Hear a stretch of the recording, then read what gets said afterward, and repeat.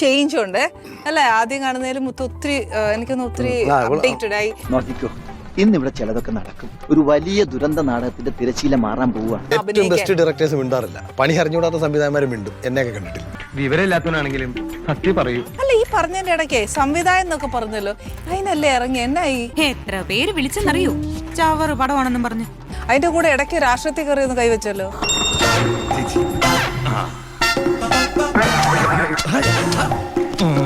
അത് ഇടയ്ക്കല്ല, അത് എപ്പോഴും ഉണ്ട്. ഇപ്പോഴും എന്നെ ഒരുപാട് ഏതിലേ ഉറക്കുന്നേ? നീ എവിടെയെങ്കിലും ഉറച്ചു നിൽക്കടാ നായിന്റെ മോനെ. എന്ത് പക്ഷേ എനിക്കിതൊക്കെ ഒരു ത്രില്ലായിട്ടാ തോന്നുന്നത്. ജീവിതത്തിൽ എന്തെങ്കിലുമൊക്കെ ഒരു തമാശയൊക്കെ വേണ്ടേ? പറയുമ്പോ എന്നെ ആൾക്കാർ കളിയാക്കി. ഈ പല മേഖലയിൽ ദൈവം ആർക്കും കഴിവ് കൊടുക്കരുത്. ഇതിപ്പോ അപ്പൊ അതാണ് പറ്റിയ പ്രശ്നം. ഞാൻ പണ്ടേ പറയുമായിരുന്നേ, ഒറ്റ കഴിവേ കൊടുക്കാവൂ. അതിലാകുമ്പോ നമുക്ക് ഒരു പ്രശ്നമല്ല. ബാക്കി ഇപ്പുറത്ത് മണ്ടരാന്ന് പറഞ്ഞാലും ഇതിൽ പിടിച്ചു നിൽക്കാൻ പറ്റും. ഞാനൊരു വലിയ സംഭവം അല്ലേ?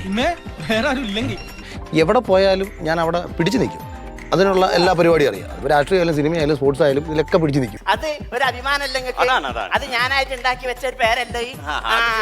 അതാ പറഞ്ഞേ. അന്നത്തെ ഒരു രാഷ്ട്രീയ പാർട്ടിയിലെ അടിയിൽ തലയെ പൊട്ടി ചോരയെ കുളിച്ചു വരുന്ന സമയത്ത് അമ്മയും മോളും കണ്ടുകൊണ്ടിരുന്ന കയ്യടിച്ചതാണ്.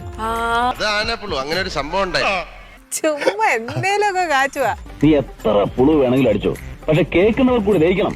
എന്നാ ഒരു വിഷയത്തെ കുറിച്ച് വർത്താനം പറഞ്ഞാലും ഭയങ്കര നോളജോടെ വർത്താനം പറഞ്ഞു. അതെങ്ങനെ അപ്ഡേറ്റ് ആക്കുന്നത്? ഞങ്ങൾക്കും ഒന്ന് പഠിക്കാൻ വേണ്ടി. നമ്മൾ അപ്ഡേറ്റ് ആയ കാര്യങ്ങളെ കുറിച്ച് മാത്രം സംസാരിക്കുക.